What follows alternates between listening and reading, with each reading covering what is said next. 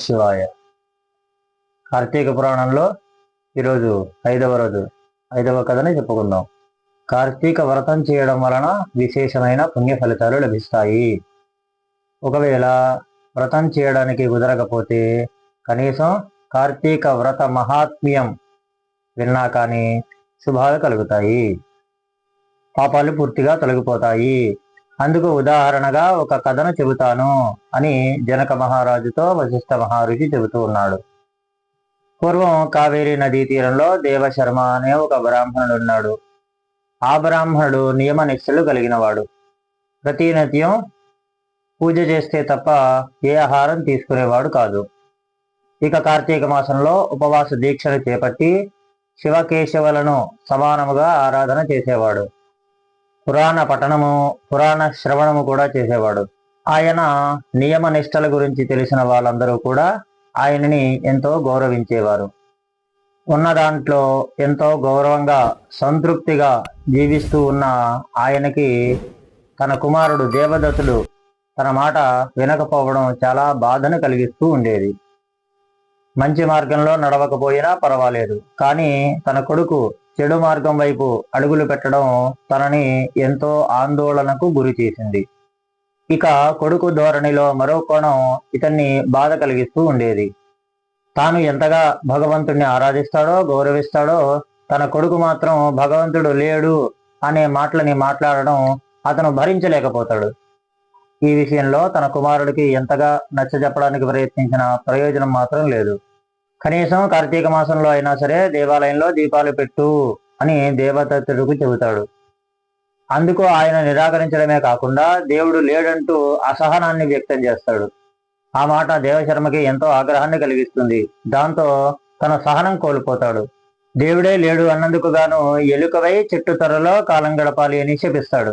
తన తండ్రి శాపం ఫలిస్తుంది అని తెలిసిన ఆ దేవదత్తుడు క్షమించమని తండ్రి యొక్క పాదాలపై పడి క్షమాపణలు కోరుకుంటాడు. దాంతో తండ్రి మనస్సు కాస్త కరిగి కార్తీక మహాత్మ్యము విన్న తర్వాత నీకు శాపానికి ఉపశమనం దొరుకుతుంది అని చెప్తాడు. తండ్రి శపించినట్లుగా దేవదత్తుడు ఒక పెద్ద అడవిలో ఒక మర్రి చెట్టు త్వరలో జీవితాన్ని గడుపుతూ ఉంటాడు. ఆయన ఎలుకగా మారినా మానవ స్పృహ మాత్రం ఉంటుంది. ఆ అడవిలో ఉన్న జంతువులకి భయపడుతూ ఉంటాడు. అందుకే ఆ చెట్టు త్వరలో నుంచి బయటికి రాడు. బయటికి వస్తే ఏం జరుగుతుందో అని భయపడుతూ ఉంటాడు. అలాంటి సమయంలో విశ్వామిత్రుడు తన యొక్క శిష్య బృందంతో ఆ అడవి మార్గంలో ప్రయాణం చేసి వెళుతూ ఉంటాడు. అలా ప్రయాణపడలేక కారణంగా అలసిపోయి ఆ చెట్టు నీడలో కూర్చుంటాడు.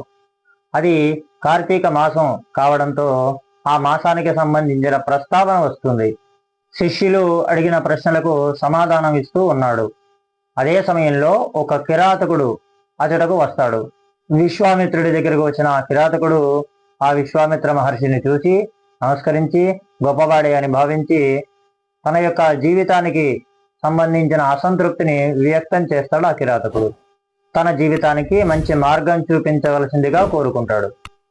అడవిలో తిరుగుతూ ఇతర జీవుల్ని హింసిస్తూ తను ఆకలి తీర్చుకుంటూ కాలం గడపడం సంతోషంగా లేదని చెబుతాడు.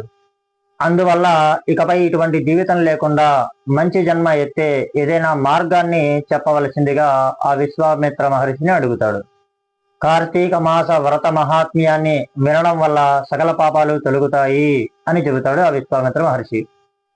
ప్రశాంతమైన జీవితాన్ని గడపడమే కాకుండా మరణానంతరం శివ సాన్నిధ్యాన్ని కూడా పొందుతారు అని చెబుతాడు. అయితే అదేదో తనకి చెప్పమని ఆ కిరాతకుడు కోరుకుంటాడు. అందుకు అంగీకరించిన ఆ విశ్వామిత్ర మహర్షి కార్తీక మాసంలో చేసే జపము, దానము, నోము, వ్రతము ఫలితములు, పురాణ పఠనములు, పురాణ శ్రవణములు వాటి గురించి సవివరంగా తెలియజేస్తాడు. అలా విశ్వామిత్ర మహర్షి ఆ కిరాతకుడికి చెప్పిన కార్తీక మహాత్మ్యమంతా చెట్టు త్వరలో ఉన్న ఎలుక కూడా వింటుంది.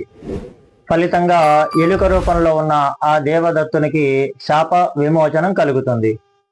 దేవదత్తుడు వచ్చి ఆ విశ్వామిత్ర మహర్షి పాదాలకు నమస్కరించి అతడి నుంచి వెడలిపోతాడు. ఆ తర్వాత కాలంలో కిరాతకుడు కూడా ఉత్తమ గతులను పొందుతాడు అని వశిష్ఠ మహర్షి జనక మహారాజుతో చెప్పాడు. ఓం నమ శివాయ.